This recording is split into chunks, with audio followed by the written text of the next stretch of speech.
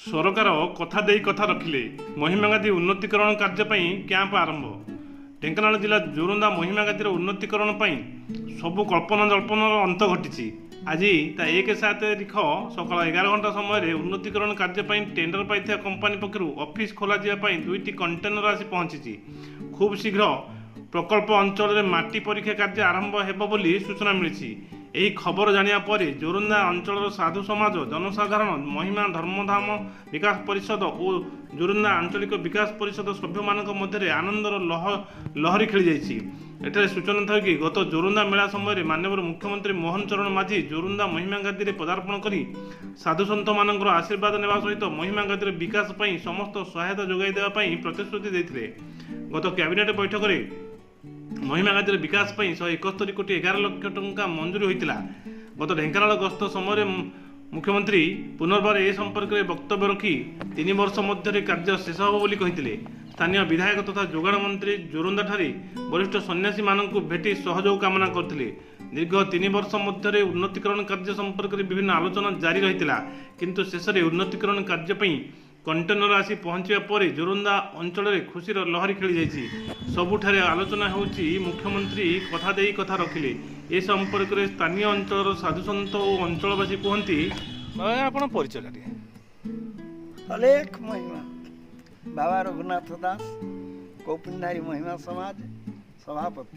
କ'ଣ କହିବେ, ବର୍ତ୍ତମାନ ସରକାର ଯେଉଁ ତାଙ୍କର ନିଷ୍ପତ୍ତି କରିଥିଲେ ମହିମାଗାଧିରେ ବିକାଶ କରିବା ପାଇଁ 171 କୋଟିରୁ ଉର୍ଦ୍ଧ୍ୱ ଟଙ୍କା ଅନୁଦାନ ଦେଇଛନ୍ତି ଏବଂ ତାର କାର୍ଯ୍ୟକ୍ରମ ଆରମ୍ଭ ପାଇଁ ଏଠାରେ ଆସି ତାଙ୍କର ଯେଉଁ କମ୍ପାନୀ ନେଇଛି, କମ୍ପାନୀ ଆସି ତାର କାର୍ଯ୍ୟର କଣ୍ଟେନର ଆସି ପହଞ୍ଚିଲାଣି, ତାଙ୍କର ଏଠି କାର୍ଯ୍ୟକ୍ରମ ଆରମ୍ଭ ହେବ। ଏ ସମ୍ପର୍କରେ କ'ଣ କହିବେ?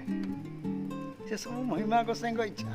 ଆଜ୍ଞା, କାରଣ ଶୂନ୍ୟ ପ୍ରଭୁ ହେଉଛନ୍ତି ଶୂନ୍ୟରେ ବୁଝାମଣା କରୁଛନ୍ତି। ଏ ଧର୍ମ ହେଉଛି ଶୂନ୍ୟ ତତ୍ଵର ଧର୍ମ। ସରକାର ପ୍ରତିଶ୍ରୁତି ଦେଇ 171 କୋଟି ଟଙ୍କା ଅନୁଦାନ ଦେବା ପାଇଁ ଆମର ମୁଖ୍ୟମନ୍ତ୍ରୀ ଆସିକି ମୋହନ ଚରଣ ମାଝୀ ଆସିଥିଲେ।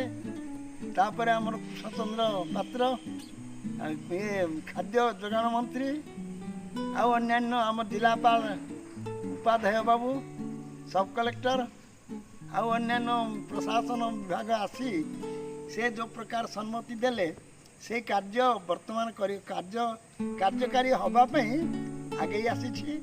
ଆଜି ଆମର ମହିମାଗାଧି ଜୋରନ୍ଦା ଅଞ୍ଚଳ ବା ଆମ ମହିମା ଗୋସାଇଙ୍କର ଯେଉଁ ଧର୍ମଧାମ ପରିଷଦ ଭିତରେ ଯାହା ଯାହା କାର୍ଯ୍ୟ ହେବା କଥା ସେସବୁ ସ୍ୱଚ୍ଛ ନିର୍ମଳ ଭାବରେ କାର୍ଯ୍ୟ ହେବ ବୋଲି ଆମକୁ ଆମର ଉଦ୍ବୋଧ ହେଉଛି। ମୁଁ ଏକ ସରପଞ୍ଚ ଜୋରନ୍ଦା ଗ୍ରାମ ପଞ୍ଚାୟତ। ଆଜ୍ଞା, ବହୁତ ଖୁସିର ବିଷୟ ଆଉ ଦୀର୍ଘ ଦିନର ଯେଉଁ ଅଭିଳାଷ ଥିଲା ଅଞ୍ଚଳବାସୀଙ୍କର। ମଝିରେ ଆମର ମାନ୍ୟବର ମୁଖ୍ୟମନ୍ତ୍ରୀ ଶ୍ରୀଯୁକ୍ତ ମୋହନ ଚରଣ ମାଝୀ ଜୋରନ୍ଦା ପରିଦର୍ଶନରେ ଆସିଥିଲେ। ଜୋରନ୍ଦା ପରିଦର୍ଶନରେ ଆସିବା ପରେ ସେମାନେ ମାନ୍ୟବର ମୁଖ୍ୟମନ୍ତ୍ରୀ ଦେଖିଲେ ଯେ ମହିମା ଧାମ ସାରା ବିଶ୍ୱରେ ଗୋଟିଏ, ଏ ଅନ୍ୟ ଜାଗାରେ କେଉଁଠି ନାହିଁ। ତେଣୁ ମହିମା ଧାମକୁ ସାରା ବିଶ୍ୱରେ ପରିଚିତ କରିବା ପାଇଁ ସେ ନିଜେ ଅନୁଭବ କରିକିରି 171 କୋଟି 11 ଲକ୍ଷ ଟଙ୍କା ଏଠି ସାଂସନ୍ କଲେ। କିନ୍ତୁ ପରବର୍ତ୍ତୀ ପର୍ଯ୍ୟାୟରେ ବହୁତ ଲୋକଙ୍କର ବହୁତ ଗୁଜବ ଆମେ ଶୁଣିବାକୁ ପାଇଲୁ ଯେ ହଁ, ମାନ୍ୟବର ମୁଖ୍ୟମନ୍ତ୍ରୀ ତାକୁ ସାଂସନ୍ କଲେ, ହେଇପାରେ ନ ହେଇପାରେ। କିନ୍ତୁ 2 ଦିନ ହେଲା ଆମେ ଦେଖିବାକୁ ପାଇଲୁଣି ଯେ ଯାହା ହଉ ଡିପିଆର୍ ଆସିଛି ଭାରି, ସମସ୍ତ ତାଙ୍କର ଏଇ ଯୋଡ଼ି ଇଞ୍ଜିନିୟର ଆସିକିରି ସବୁ ଜିନିଷପତ୍ର ଦେଖାଦୁଖି କରିକିରି ବର୍ତ୍ତମାନ ଆମେ 2 ଦିନ ହେଲା ଆଜି ସକାଳୁ ଆସି ପହଞ୍ଚିଲା। ଆଜ୍ଞା, ବର୍ତ୍ତମାନ ଆମେ ଦେଖୁଛୁ ଯେ ସେମାନଙ୍କର ଯେଉଁ ଗାଡ଼ି ଫାଡ଼ି ସବୁ ଆସିକିରି ପହଞ୍ଚିଗଲାଣି। ଏ ଗାଡ଼ି ଫାଡ଼ି ପହଞ୍ଚିଗଲା ପରେ ଆମେ ଏଇଠୁ ଅନୁଭବ କଲୁ ନିଶ୍ଚିନ୍ତ କାର୍ଯ୍ୟ ଆରମ୍ଭ ହେବ। ତେଣୁ ଏ କାର୍ଯ୍ୟ ଆରମ୍ଭ ହେଲେ ଇଏ ଗୋଟେ ସାରା ବିଶ୍ୱ ପାଇଁ ଗୋଟେ ଟୁରିଜିମ୍ ପ୍ଲେସ୍, ଆଉ ଆମକୁ ବହୁତ ଖୁସି ଲାଗିବ, ଆମେ ବହୁତ ଗର୍ବ କରିବୁ, ଅଞ୍ଚଳବାସୀ ଗର୍ବ କରିବେ, ସମସ୍ତେ ଗର୍ବ କରିବେ।